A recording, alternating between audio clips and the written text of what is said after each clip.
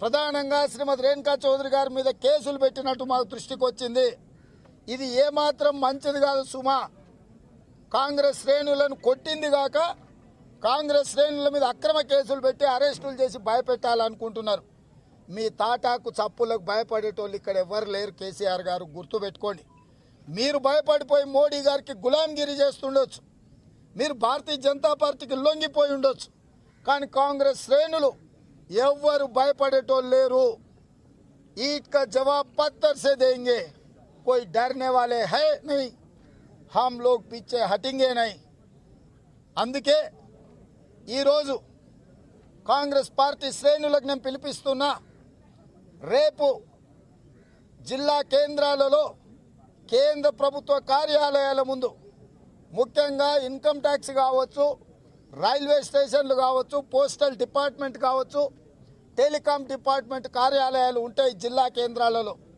మీకు అందుబాటులో ఉన్న ఏదైనా జిల్లా కేంద్రంలో కేంద్ర ప్రభుత్వ కార్యాలయాల ముందు రేపు నరేంద్ర మోడీ గారి దిష్టి బొమ్మతో పాటు ఈరోజు కాంగ్రెస్ పార్టీ కార్యకర్తల మీద దాడులు చేయించిన కేసీఆర్ దిష్టి బొమ్మను కూడా తగలబెట్టమని చెప్పి కాంగ్రెస్ శ్రేణులకి సందర్భంగా పిలుపునిస్తున్నా.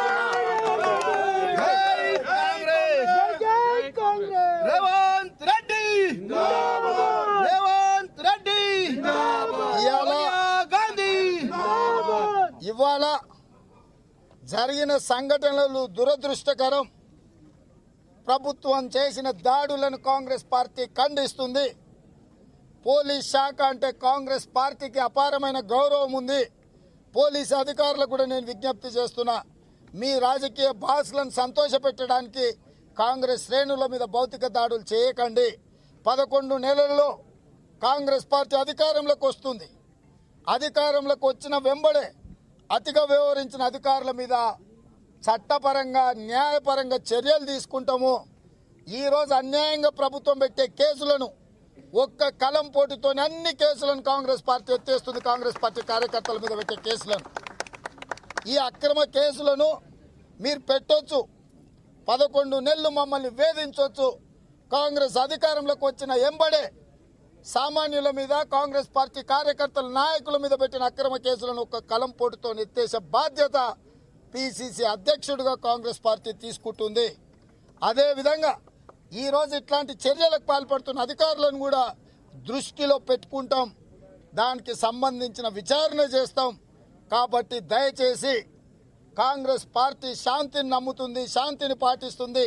శాంతియుతమైన వాతావరణంలో నిరసన కార్యక్రమాలు తెలియజెప్తాం. కాబట్టి నరేంద్ర మోడీ గారికి విజ్ఞప్తి చేస్తున్నాం, మీరు పెట్టిన అక్రమ కేసులను వెంటనే శ్రీమతి సోనియా గాంధీ గారి మీద, రాహుల్ గాంధీ గారి మీద బేషరతుగా ఉపసంహరించుకోండి. అదేవిధంగా ఢిల్లీలో మా ప్రజాప్రతినిధుల మీద చేసిన దాడులు మీరు సంబంధిత అధికారుల మీద చర్యలు తీసుకోండి. నేను కేసీఆర్ గారిని కూడా డిమాండ్ చేస్తున్నా, ఈరోజు దాడులకు కారణమైన అధికారుల మీద మీరు డిపార్ట్మెంటల్ ఎంక్వైరీ చేసి బాధ్యులైన అధికారుల మీద మీరు చర్యలు తీసుకోవాలి. ఈరోజు మా యూత్ కాంగ్రెస్, మా కాంగ్రెస్ నాయకుల మీద జరిగిన దాడులను మీరు పరిగణలోకి తీసుకొని శాంతియుత వాతావరణంలో జరుగుతున్న నిరసన కార్యక్రమానికి భంగం కలిగించి శాంతి భద్రతల సమస్యగా మార్చిన అధికారుల మీద కూడా మీరు విచారణ చేసి చర్యలు తీసుకోవాల్సిందిగా కేసీఆర్ గారిని డిమాండ్ చేస్తున్నా. అదేవిధంగా మా కార్యకర్తలకు కూడా రేపు శాంతియుతంగా, కాంగ్రెస్ పార్టీ అంటేనే శాంతికి మారుపేరు, శాంతియుతంగా జిల్లా కేంద్రాలలో కేంద్ర ప్రభుత్వ కార్యాలయాల ముందు నరేంద్ర మోడీ, కల్వకుంట్ల చంద్రశేఖరరావు గారి దిష్టి బొమ్మలు దగ్ధం చేయడం ద్వారా నిరసన కార్యక్రమాలు చేపట్టండి అని చెప్పి కాంగ్రెస్ పార్టీ ఆదేశాలు ఇవ్వడం జరుగుతుంది. నా దృష్టికి రాలే, పెట్టే ఉండొచ్చు. కేసీఆర్కు నా మీద కేసు పెట్టడం మొదటిసారి కాదు, చివరిసారి కాదు కదా. 120 కేసులు ఉన్నాయి, 121 అయితే ఉండొచ్చు.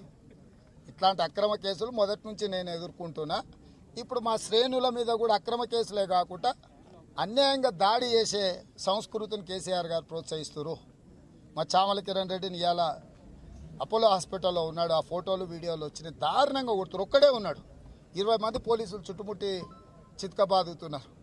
రేపులు చేసిన వాళ్ళకు బిర్యానీ పెడతారు, గ్యాంగులు రేపులు చేసిన వాళ్ళకు బెంచ్ కార్లలో తిప్పుతారు.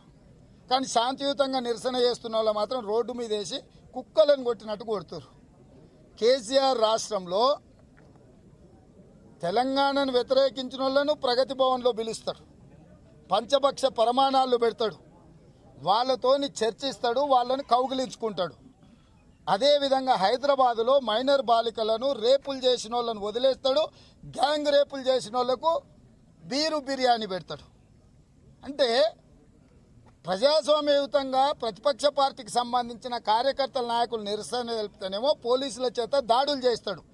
నేరగాళ్లను, కరడుగట్టిన నేరగాళ్లను, రేపిస్టులను, అవినీతి పరులను ఒక్క మాట కూడా అన్నాడు. మీకు కొత్తగూడెంలో వనామా వెంకటేశ్వరరావు గారి కొడుకు వేధింపులకు పాల్పడితే కుటుంబం మొత్తం కాల్చుకొని చచ్చిపోయింది. చర్యలు లేవు, ఒక్కడి మీద ఎలాంటి ఇది లేదు. నడి బజార్లో వామన్రావు గారు అడ్వకేట్ దంపతులను భార్య భర్తలు నడి బజార్లో నరికి చంపితే చర్యలు తీసుకోలేదు. ఇట్లా చెప్పుకుంటూ పోతే ఎన్నో దాడులు స్వయంగా టీఆర్ఎస్ నాయకులే చేసిరు.